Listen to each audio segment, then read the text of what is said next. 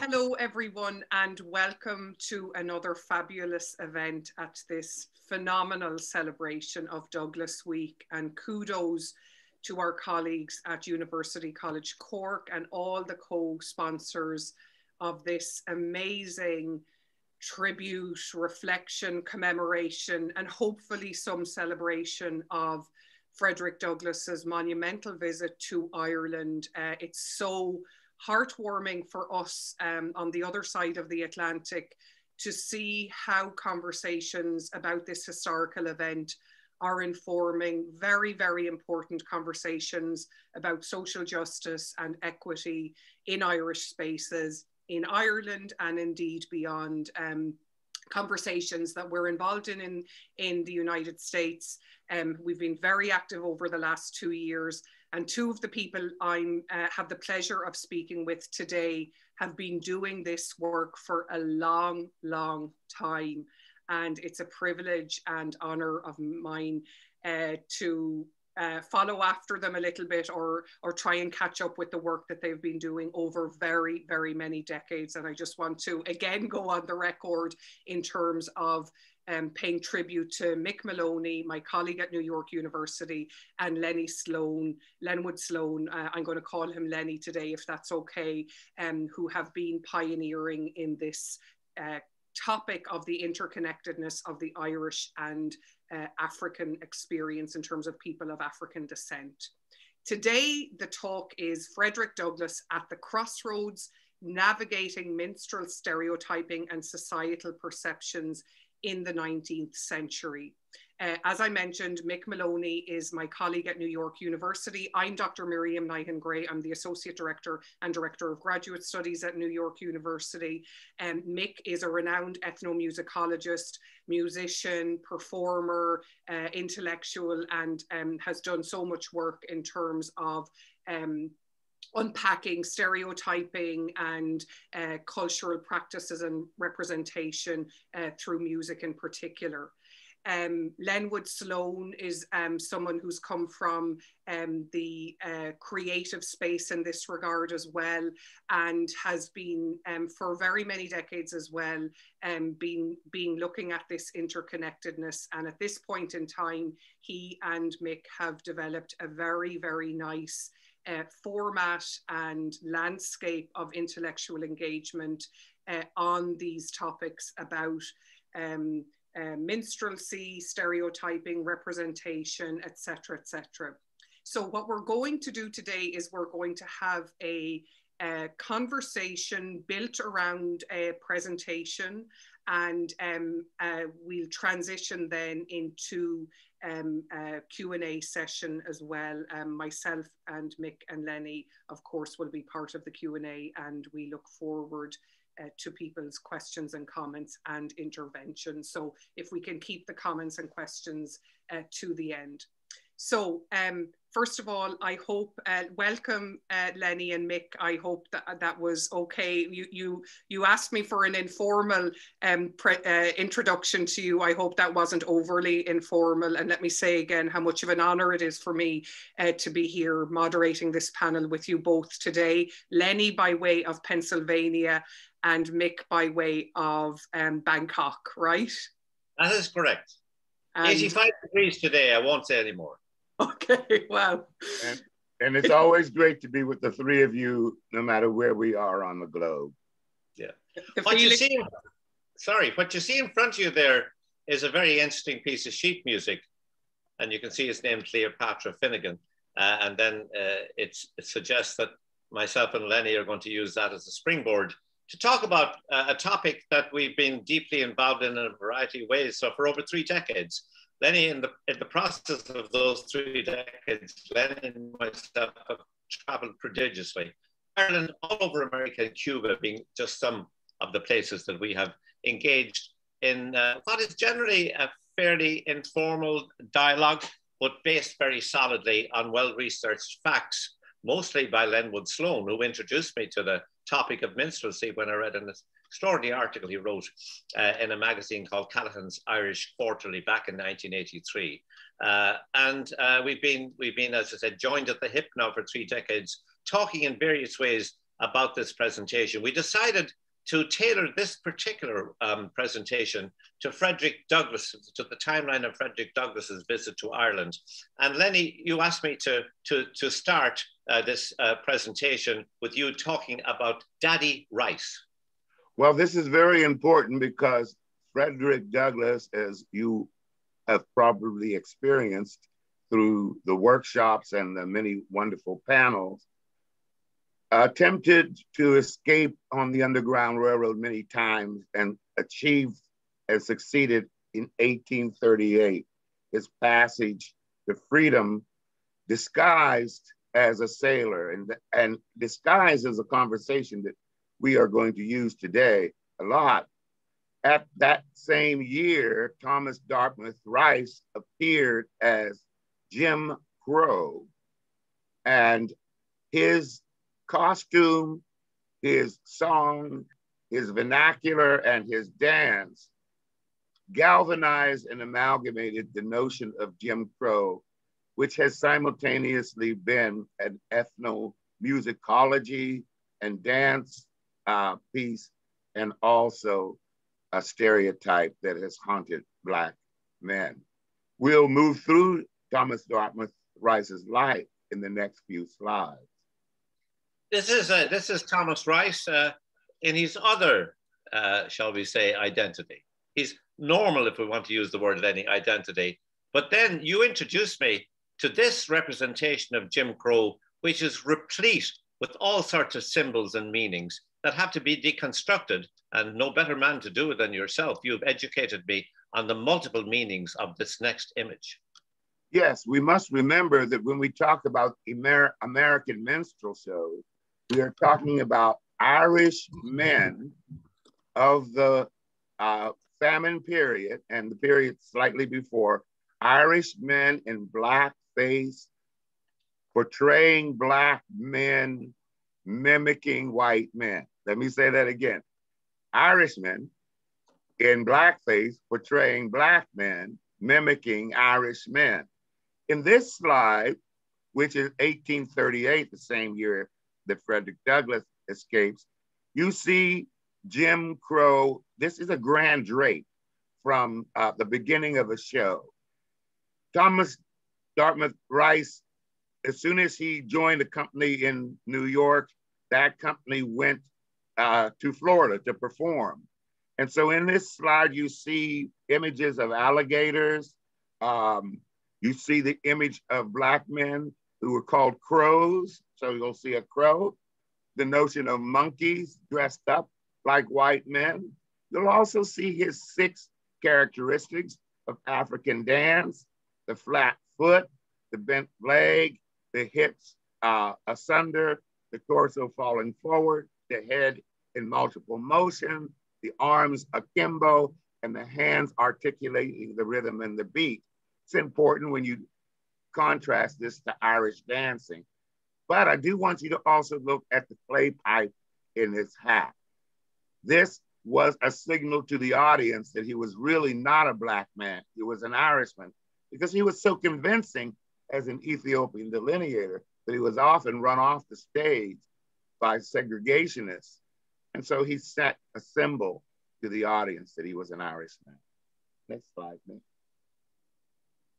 Now, Leni, we gave this presentation at the Smithsonian Institution on a very cold, rainy April day, Leni, if you remember it. And we met, as we always do beforehand, this time in a Starbucks.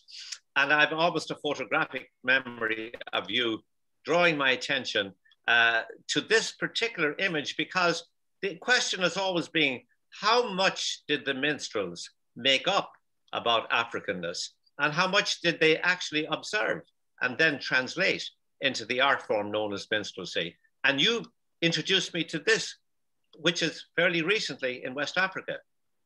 Yes, Mick, this slide was about 2012 or 2013 when we did that.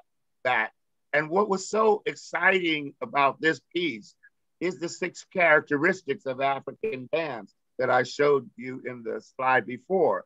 The flat foot, the bent legs, the hips in motion, the torso forward, the arms akimbo, the head.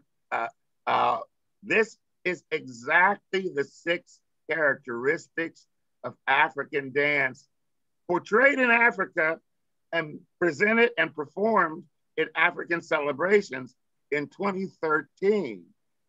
Rice was referred to as an Ethiopian delineator, which meant that he was studying and capturing the motion, the movement, the comic attitude, the expressions in the songs of Black men and bringing them onto the stage.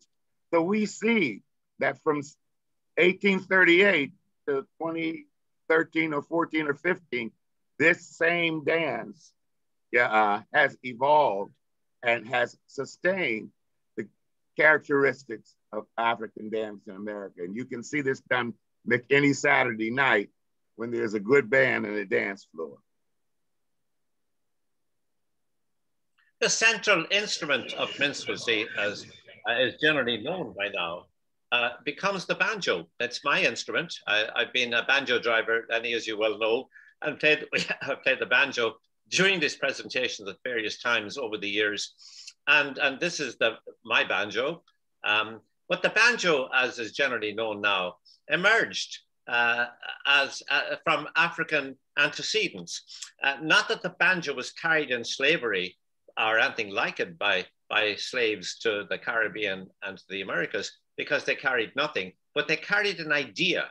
And it was an idea of a fairly simple plucked instrument. And the real antecedents to the banjo, there are many, the nguni, and the one that we like to look at, Leni, the akante. And look at the way this man is playing the akante.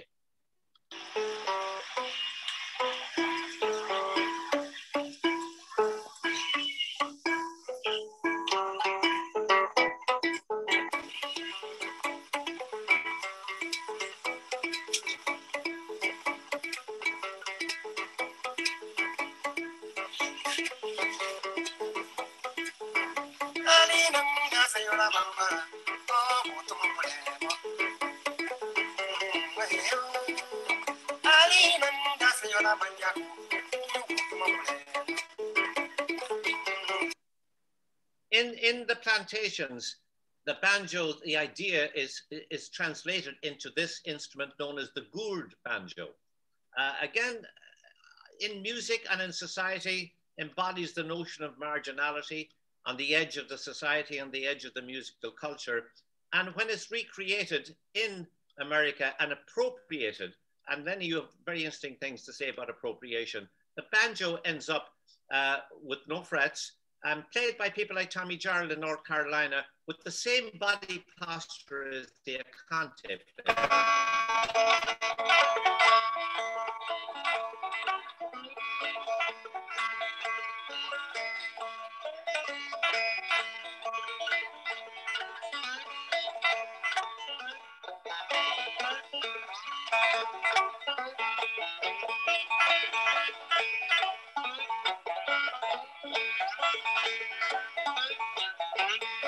It's often said, Leni, that the banjo was appropriated, and we've had many interesting discussions on the notion of appropriation.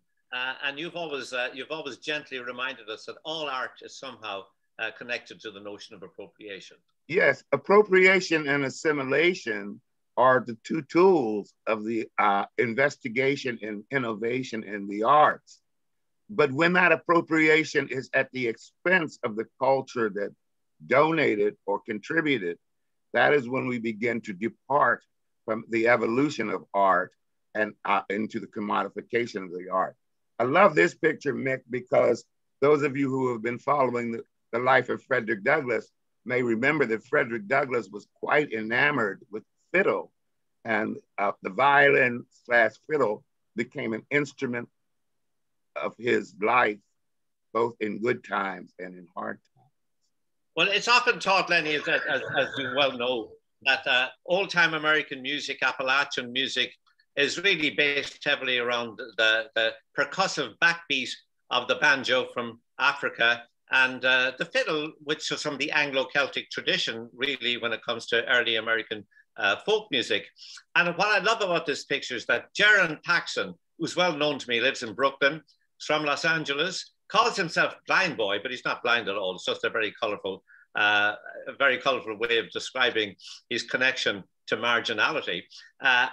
He's a noted banjo player, virtuosic. But in this particular case, he takes up the fiddle. Frank George, who's recently died, I knew him very well, in his 90s, a great character from West Virginia. It's more associated with the fiddle. But in this particular memorable occasion, they meet for the first time and they swap instruments.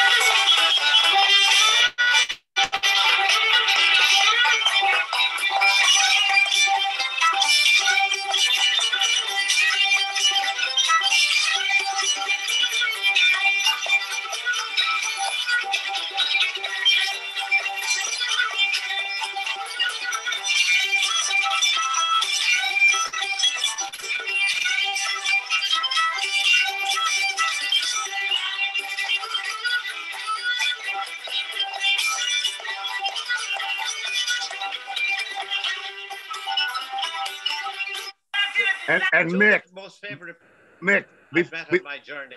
Mick, before we go forward, I'd like to say they meet and they swap instruments is the theme of Our Two Roads Diverge.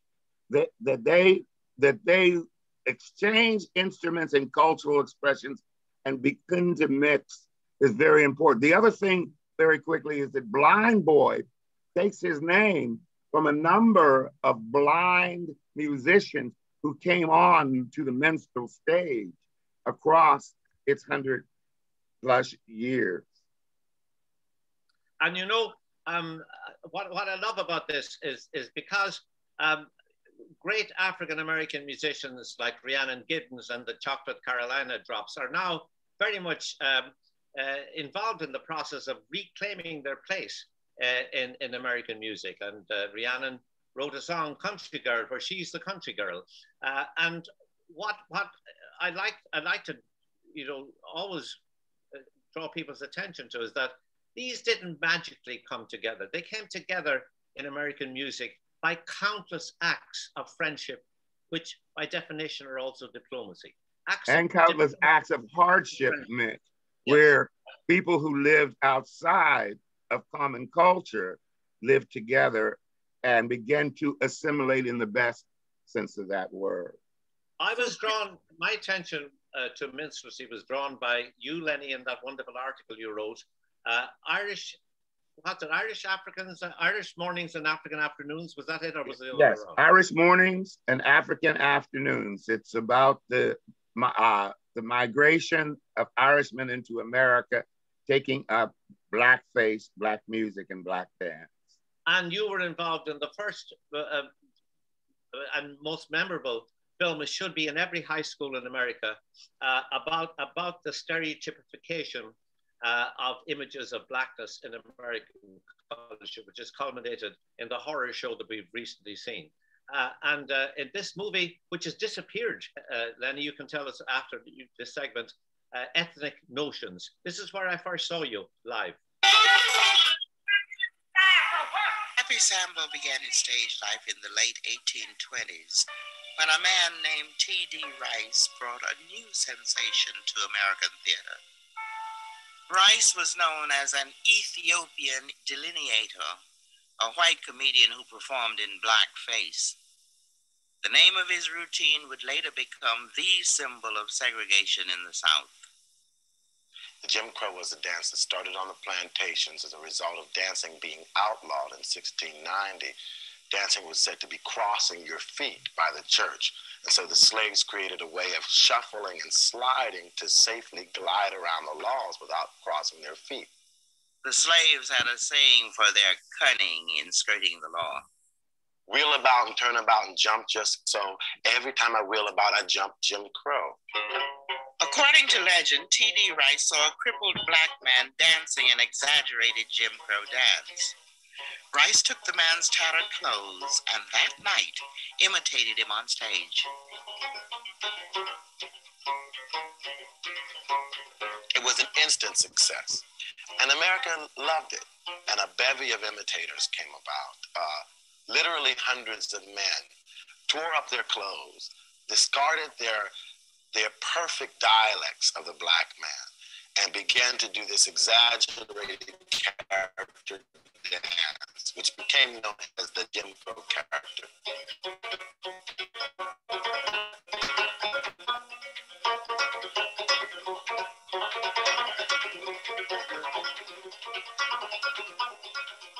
And so here we have Jim Crow, T.D. Rice, taking a dance which was altered by a law from a man who was crippled and exaggerating it again. And he had no intention of presenting truth. But what was bought by the majority of people in Ohio and in the Louisiana Territory and along the Erie Canal was that this was a true image. And it was a devastating image. People in small towns who had never seen blacks, and suddenly saw Rice, bought that as a black image.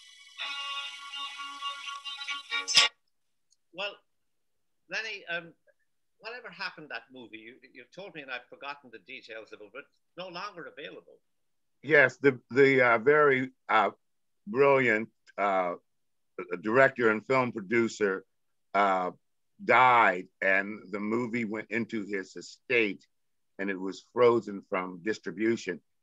It is allowed to be shown for educational purposes, but it's very hard to get nowadays. But it's quite a compilation of scholars and performers and humanists. I love this slide of the Virginia Minstrels, Mick, and we'll talk about the Virginia Minstrels, who were not from Virginia. It was a style. Virginia Minstrels were the style of the Ethiopian delineators portraying the 6 characteristics of dance and using the instruments, particularly the banjo and the fiddle. And Mick, why don't you tell us a little more about the Virginia Minstrels? The Virginia Minstrels were formed in 1843 on the Bowery, just a couple of blocks from where Miriam and myself teach and where I live in Baker Street. It's an extraordinary story. They came together. They were all Ethiopian delineators, Leni, individual performers, and they pooled their resources, swapped their repertoire, and on a fateful afternoon on the Bowery, they decided to become a group, and they called themselves the Virginia Minstrels. The only one with connections to Virginia was the group leader, Dan Emmett, and they were an amazing group. They toured Ireland before Frederick Douglass ever went to Ireland, Leni. In 1844, the year before the Irish famine, they toured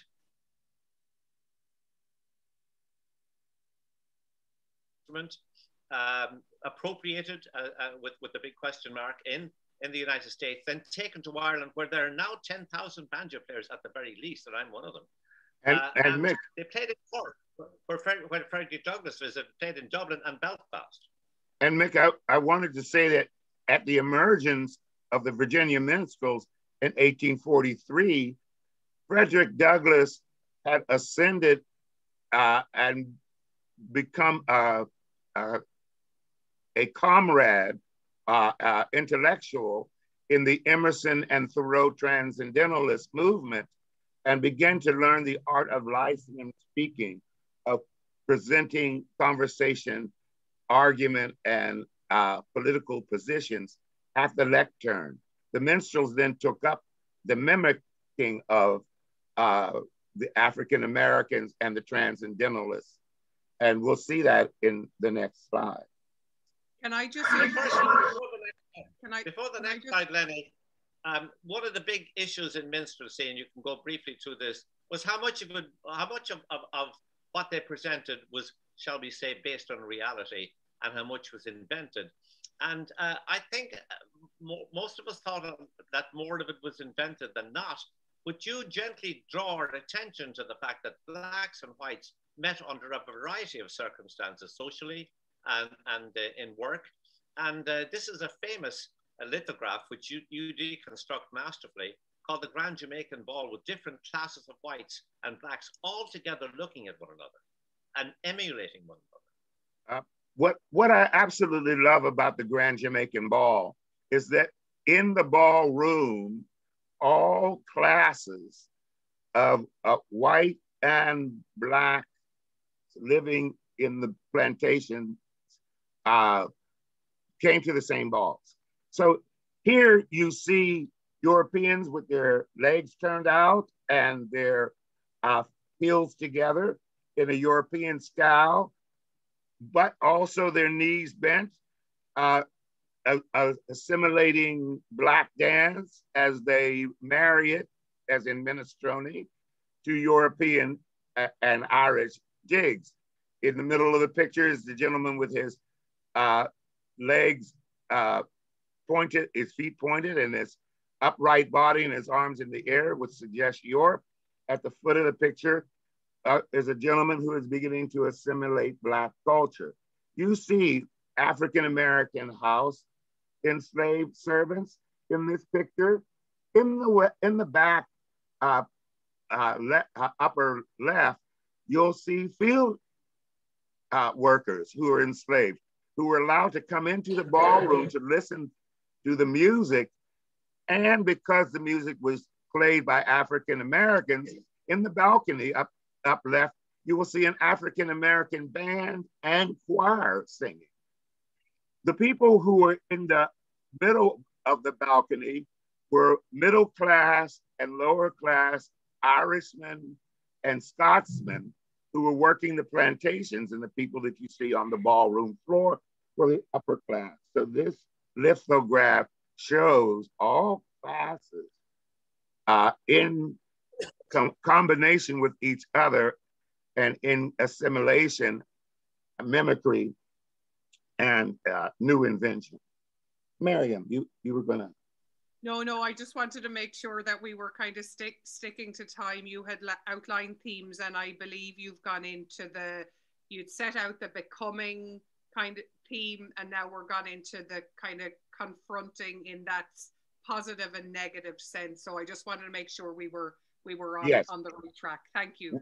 We are now at the point in Frederick Douglass's history when he and his colleagues at the Transcendentalists discover that there may be a bounty on his head and perhaps he needs to flee.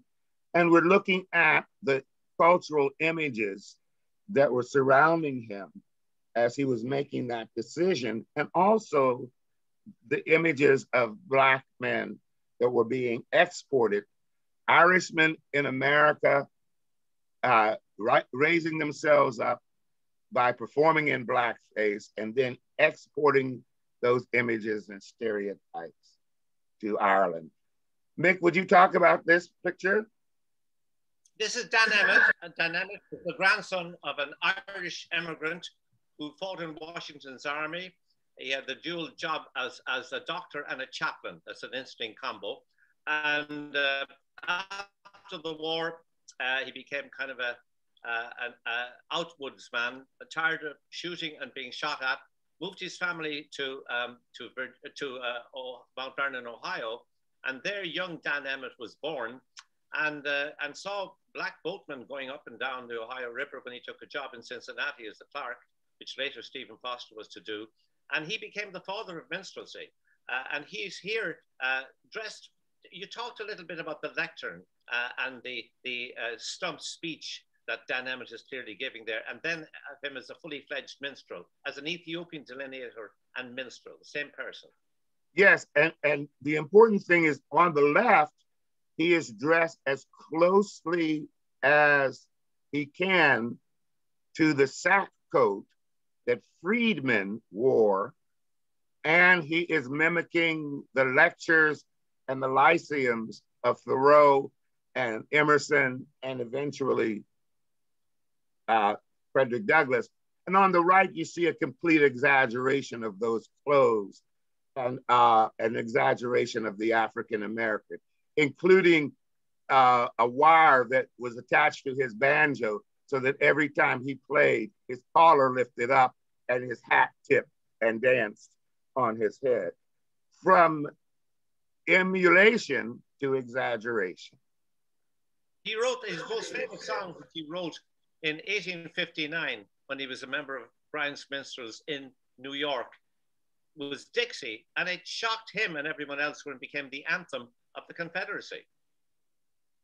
And you know, Mick, I want to explain to our friends in Ireland that Alabama and North Carolina and Kentucky are not Dixie. The term Dixie comes from the $10 gold coin called the Dix. It was used on riverboats on the Mississippi River from St. Louis to New Orleans. So when you were in the land of Dixie, you were on your way from Chicago and St. Louis and Missouri to New Orleans. The song was taken up, Look Away to Dixie, and it became the march of the Confederate soldiers. Dancing, when it comes to dancing, which was a central part of minstrelsy, and we do other talks on the evolution of tap dance and the connection with Irish dance. In this particular case, we'll just concentrate on the minstrel dancing, and no more famous dancer in the 19th century than Master Juba. Leni, and you know an awful lot about Master Juba. William Henry Lane was his name. He won his title of Master Juba by doing a jig and jump dance. It combined African movement and Irish movement. So you see that while his torso is bent forward and his hips are moving, his legs are turned out in the tradition of Irish dancing, striking the foot first with the ball of the foot. William Henry Lane was used to doing the Juba in the African style. In his a combination of African and Irish dancing, he always moved his arms in the contest, which got him disqualified. And so he created this long frock coat neck, which he used to put his hands in his pocket, keep his hands at his side in Irish form. In New York City, P.T. Barnum had him doing a challenge dance, and his most famous protagonist was Jack Diamond. And it's very hard, actually, for people to figure out today who's the African American and who's the Irishman. Yes, Jack Diamond, an Irishman, was King Jack Diamond, king of all Irish dancers and African minstrels. Irishmen in blackface combining, and you can see the upright body of the Irish dance, the turned out legs and the strike of the foot, but at the upper torso of his body, his head to the side, his arms akimbo, his hand as an instrument. So Juba on your left is incorporating Irish dance into African dance, and Diamond on your right is incorporating Irish dance, African dance into Irish dancing. They danced for 32 hours, Mick, in a competition in Madison Square Garden. 3 judges, one under the stage to listen to the strike of their foot, one in the orchestra pit to see how they move measure for measure in the music, and one in the back of the house to see their overall countenance, demeanor, and performance style. At the end, Juba won the title King of All Dancers. And with that title, he set out to England and to Ireland, performing at the same time. The other major figure in minstrelsy, and he's become a controversial figure since the whole issue of statues associated with that era came up in Charlottesville a couple of fateful years ago, was Stephen Foster. Again, his ancestors are from Ireland, from the north of Ireland, from Foster's Glen in Derry, and I suppose you could call him part of the Scotch. He was a member of the Scotch-Irish presence in those vast number of Americans who have Irish ancestry. Stephen Foster is often known as the father of American song, and known more for his minstrel songs than perhaps any other variety, even though the best-selling song, as you know, Leni, in the 19th century was his Jeannie with the light brown hair. And Foster was a tragic character who died at the age of 37 on the Bowery, penniless. And you were involved in a movie about it. We'll show a very brief clip of it.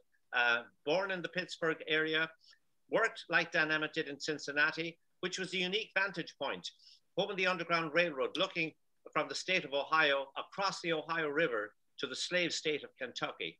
And a great vantage point, shared, of course, as we know, by Dan Emmett, for watching both cultures come together in a variety of ways. This is the movie you were involved in, and I love this movie. Just a small clip. Away from the farmer, Stephen began began experimenting with a different kind of music. He, his brother Morrison, and friends put on shows for the neighbors. Stephen was the star. Oh, I suppose he sang comic songs written in crude black dialect that were part of a craze sweeping the country. This new music captivated the young boys, who caught the latest acts at the Pittsburgh Theater. Come listen to me, girls and boys, Stephen and his friends whooped at the antics of white men who smeared their faces with burnt cork, wore woolly wigs, and made a mockery of black song and dance. Every time I wheel about, I jump Jim Crow. Leni, you were involved in that movie, and can you tell us the story about how it was made and your involvement? I was the choreographer and the dance ethnomusicologist for that movie. We also filmed it in an actual minstrel house in upstate Pennsylvania, in Brookville, Pennsylvania, which had been closed for over 50 years, but still had its gas footlights. The dancer is the brilliant Ferdinand Jackson from the Alvin Ailey Dance Company. And it was a remarkable opportunity to immerse myself into Stephen Foster's music. His ebonics that he used in his songs, he learned, as you said, Mick, when he was in Cincinnati, watching stevedores and black dock workers and writing in his notebooks each of the dialect impulses. And so his songs, while they are considered stereotypical today, are actually catalogs of early ebonics, meaning ebony and phonics. And this, of course, Oh Susanna, was one of the most popular songs because of the American press printing this song as penny sheet music. And would you talk about this, Mick? Yes, Susanna was written. The greatest number of copies of any piece of music in pictorial form was 5,000 copies. Oh Susanna sold 100,000 copies, represented the beginning of what we know as popular music in America. And for the first time in American history, the same song was being sung in the same way from Boston to New Orleans, from New York to San Francisco. They have a great book about his life, is written by Ken Emerson. It's called Duda. You often talk about Duda and the Camptown Races, Leni. Yes, Camptown Races, written by your friend Mick, and by the way, he worked on the film with us. Camptown Races has been sung and translated into 88 languages. It can be sung from New Zealand to Halifax, and from Kathmandu to Johannesburg. The refrain, the call and response, is an African style of music. The verse carries the politics of the day, and the workers or the chorus sing the response. So doodah, doodah, oh doodah day has become a vernacular in many languages. Foster's music, while it is considered stereotypical today, really captures the early sound of Africa America as it begins to assimilate into the dialects of Irishmen. And so encoded in Foster's music is the sound of early Africans and Irishmen working in the coal mines, along the railroads, in the canals, in the fields, and in the factories. And so it's a catalog of early sounds. Those interactions, Leni, as you often point out, Leni, are part of the reason that 38% of African Americans have Irish DNA. That's something we talk about a lot in our presentations. Foster's songs were often sold outright to a man called Christie. You've taught me a lot about Christie's Minstrels. Here they are in whiteface. Leni, why was Christie's Minstrels? Why were they so important?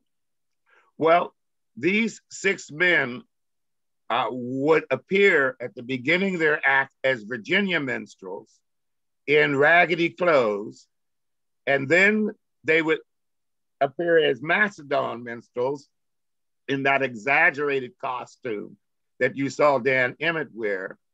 And then they would come out at the end of their act in elegant evening clothes without their blackface and sing the songs of Stephen Foster, like Beautiful Dreamer, Jeannie with the light brown hair, Come Where My Love Lies Dreaming.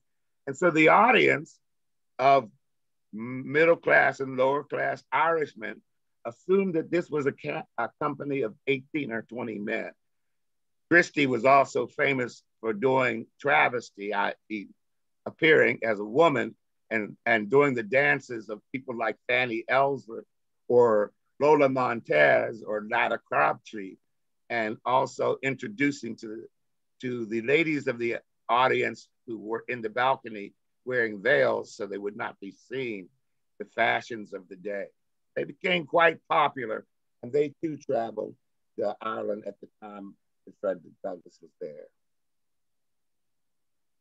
There was Harrigan and Hart, and we'll move quickly through them. The founders of American theatre, Harrigan, Hart, and Brame, Ned Harrigan, Tony Hart, and David Brame. David Brame and Ned Harrigan were the first Jewish-Irish combo in American song, wrote over 300 songs together. But as well as being stage performers in their normal guise, they were also minstrels.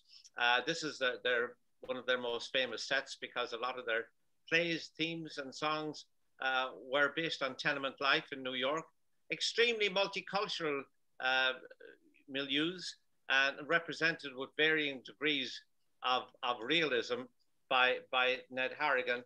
And I suppose that you would say that the only real African-American, the rest were minstrels in the Harrigan troops, was Morgan Benson, who carried a target for drunken Irishmen to shoot at. I cannot imagine anything that is more marginal than the job that Morgan Benson had. You know a lot about him, Leni. Yes, this is a very important slide because this is a Civil War slide.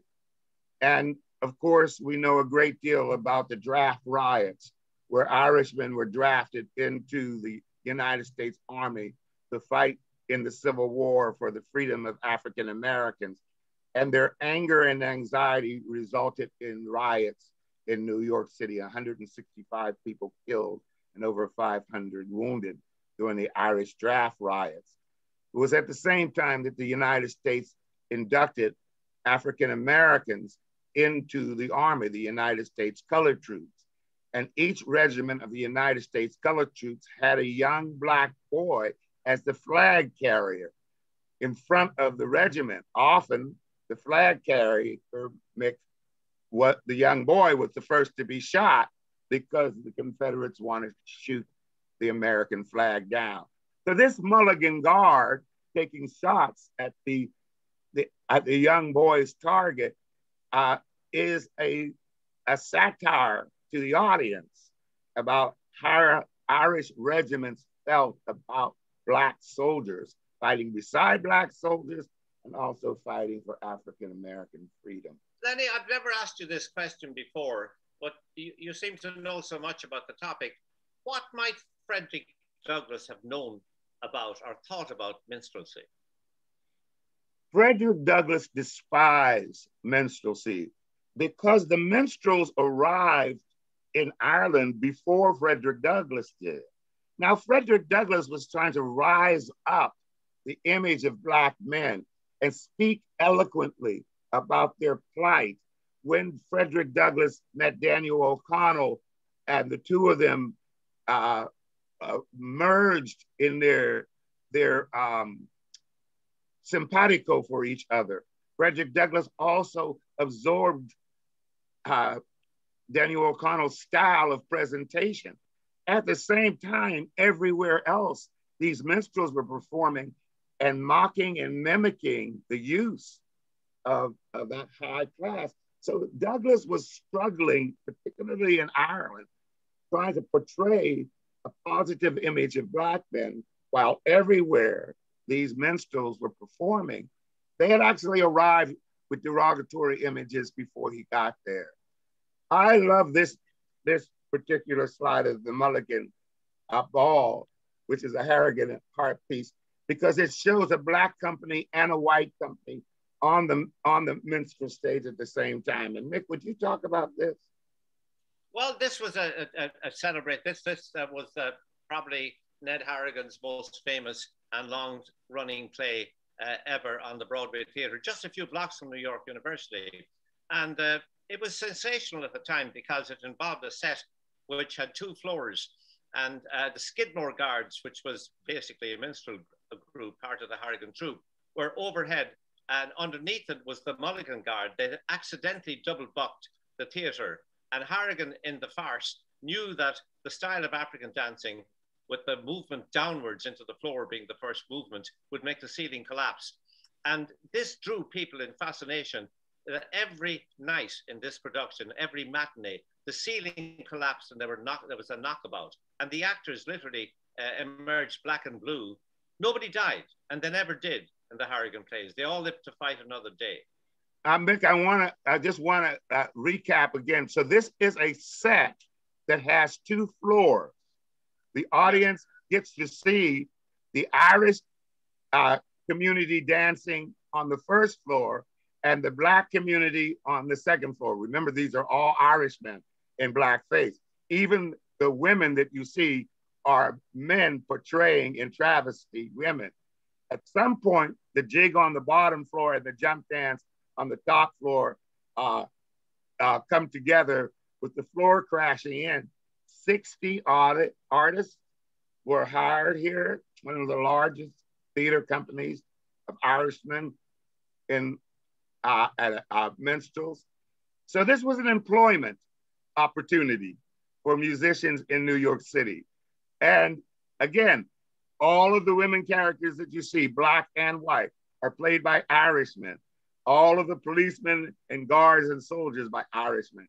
You got to see 2 cultures colliding, and at the end, there was a grand walk around, parade through the audience, and out the front door into the street. So the town loved seeing the Mulligan Guards. Tell us about this. This is very quick. I thought I'd keep these in because you introduced me to the history of this song just a while back, and actually in New York City, the last live presentation we did, the Yellow Rose of Texas, so beloved in the South. Well, I'll move very quickly, Miriam, but this song, the Yellow Rose of Texas, which is now taken up by the state of Texas, major state song, and their football fight, is actually about a mixed race Irish and Black woman called the Octoroon. And the verse says, you may love your Molly, you may love your Anna, you may love your Mary Sue, but the Yellow Rose of Texas is the only girl for me. It was a time of mixed race marriages, of white men marrying mixed race women. And the audience knew what the song was about.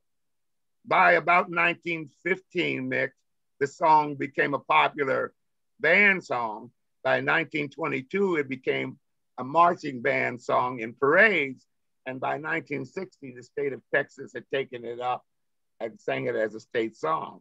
So I always love when I hear Texans singing the Yellow Rose of Texas and not knowing that they're really singing about a Black and Irish. Wouldn't it be great to hear Ted Cruz sing the Yellow Rose of Texas and not know what he was talking about? Yes, indeed. Here's Oscar Wilde. We'll spin over it. It's Oscar Wilde represented by nativists as a blackface minstrel. This is a very, very interesting picture, but we'll skim by it for today. And Mick, could you go back to it one minute? I just want to point out to those of you who are watching that this picture is, again, the Lyceum, the kind of speeches that Frederick Douglass would have been doing. Here are the minstrels caricaturing Oscar Wilde, caricaturing Frederick Douglass. Look at the hair, you all, you know. So buffooning that a Black man would dare to speak so eloquently and to present Lyceum conversation. So this is a 3-in-1. This is the Irishman mimicking Oscar Wilde mimicking Frederick Douglass, mimicking Daniel O'Connell. You know? Tell us about, when I was studying music long before I met you, Leni, I knew that one of the major categories in American song was the category that was officially known, and Google it, anybody out there who doesn't know this, songs in an imagined Black dialect. After minstrelsy kind of lost its luster after the Civil War, it was always there until 1967. But the term coon songs, that was an official term in the early recording industry, Leni. Yes, we're now at the end of Frederick Douglass's life, the period between 1885 and 1896, when the rise of African-American men in urban cities challenged Irishmen for land, for jobs, and for status. The workers, Irish workers, were being challenged by Black workers coming in when they went on strike and replacing them on the job. Peter Quinn, in his brilliant book, The Banished Children of Eve, speaks so eloquently about this. So the minstrels established what were called the coon songs to diminish the respect for free Black men. And over 600 coon songs were printed in New York, in Baltimore, in Cincinnati. But Miriam, they were printed in the Sunday newspapers. They were given out for free in the Sunday newspapers, and people could pull them out after dinner, set them on the piano and play those songs and sing these coon songs. And it popularized the diminishing attitudes of Black men. The slide that you see on the screen here, it always brings me to tears. A Black man by the name of Reuben Crowder wanted to be in the minstrel shows.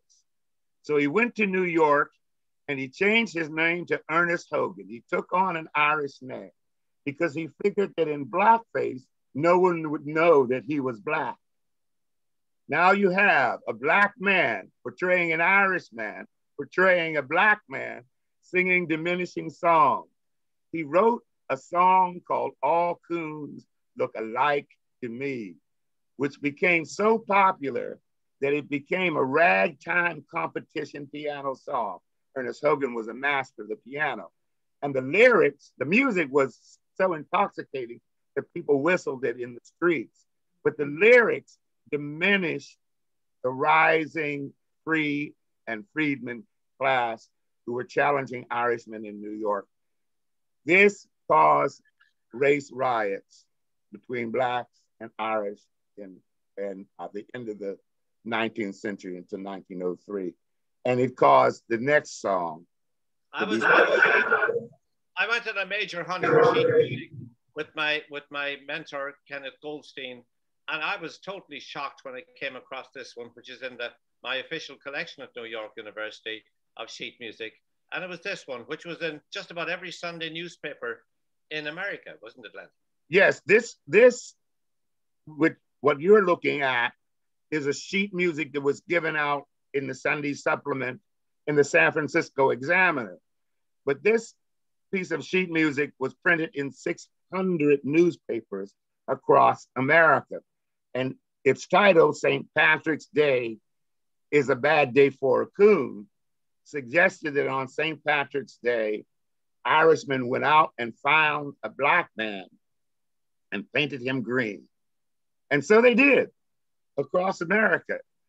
22 cities, race riots occurred on St. Patrick's Day, 1903, by Irishmen lifting up the song from the piano bench and using it as a theme and going out into the streets and painting a Negro green. Leni, I think we've come to the hour for this presentation, and we'll maybe hand it over to Miriam to lead a discussion. But I'd like to finish with one slide here. I'll skip over a few it's this one here. And it's coon songs were starting to change in name, replaced in some publications by another name. But finally, the transition completely, you won't see, after this song is written, you won't see any more mention of coon songs in American popular music catalogs. It's replaced by ragtime. And the most famous ragtime was written by Irving Berlin, who was married to an Irish American, Ellen Mackey. When he wrote, and if you want to hear the Swanee River played in ragtime, it transformed a whole musical culture, at least by name. And I never stopped thinking about that one line, because Leni, all of the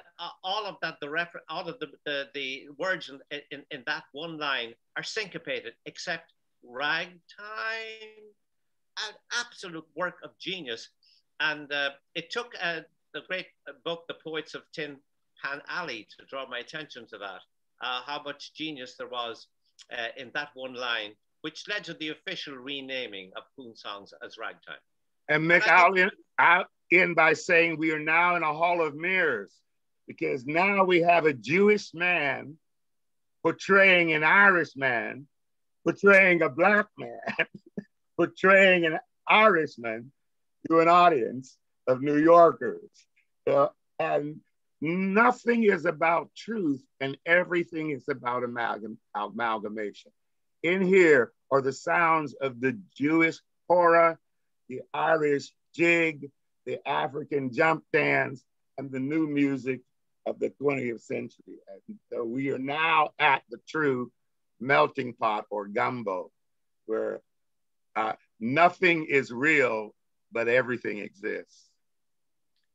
And I think it's Alison Kibler, if I've her first name correctly, has written very interestingly about that triangulation of Jewish, African-American, and Irish identities in that exact period. I don't know, Leni or Mick, if you have read that, or indeed Michelle Mendelssohn's book on Oscar Wilde, which delves deeply into unpacking some of the themes around the Wilde slide we saw earlier. I always learn. Funny enough, Miriam, I use both those texts in my Irish Music in America course. Oh, very good. Okay, okay. You probably didn't know I was aware of them. Yeah, yeah, exactly. And for the wider audience, I know better than to try and pick you guys up on anything. And actually, Mick, I just happened to have heard the at least one of the speeches that Douglas delivers in your hometown of Limerick, where he explicitly, I mean, you can infer from the, translation, or the what would you say, transcription of his speech, where he's pushing back on how depictions of African Americans are being consumed in Irish theatrical spaces. So, he, to Leni's point, in his own words, actually, at least in the Limerick speech, I imagine it's probably in more. I just happened to hear one of the Limerick speeches recently where he pushes back very firmly on those representations that have taken hold already in Ireland, which is very interesting. And Miriam, he also very quickly, while he is in Ireland, he attends and observes an Irish wake, complete with keeners. And he compares the sound of the wailing of the women of the keeners to the sounds that he has heard in the plantations and in the fields, and how that there is something essential in the music and in the wailing, where both cultures come together through the pain. He also observes the traditions of the Irish wake and the New Orleans wakes as being waking the dead, and the wake dances and the tradition of wake songs mixing with cultures that he had seen in the South and in the Caribbean mourning traditions. And so he writes this really eloquent thing about the sound of these two people mixing in his ear. Well, Leni, thank you for that. As usual, it's a tour de force from both of you, and it really richly contextualizes from the American perspective and indeed beyond, the types of representation, the types of imagery, and all the things that were percolating in the backdrop to Douglas's, ahead of his trip to Ireland and then over the course of his lifetime. Very, very important context. I think in particular for Irish audiences in Ireland, Mick and Leni, who wouldn't perhaps be as familiar as American audiences might be on some of these topics. So thank you so much. We'll catch our breath before we segue into a questions and answer session. I imagine there'll be lots of questions, and if we're stuck, I have a few to pose myself. Fascinating stuff. Thank you, Mick Moloney and Lenwood Sloan, and we'll go to our questions and answer session now. We'll see you in a minute. Thank you.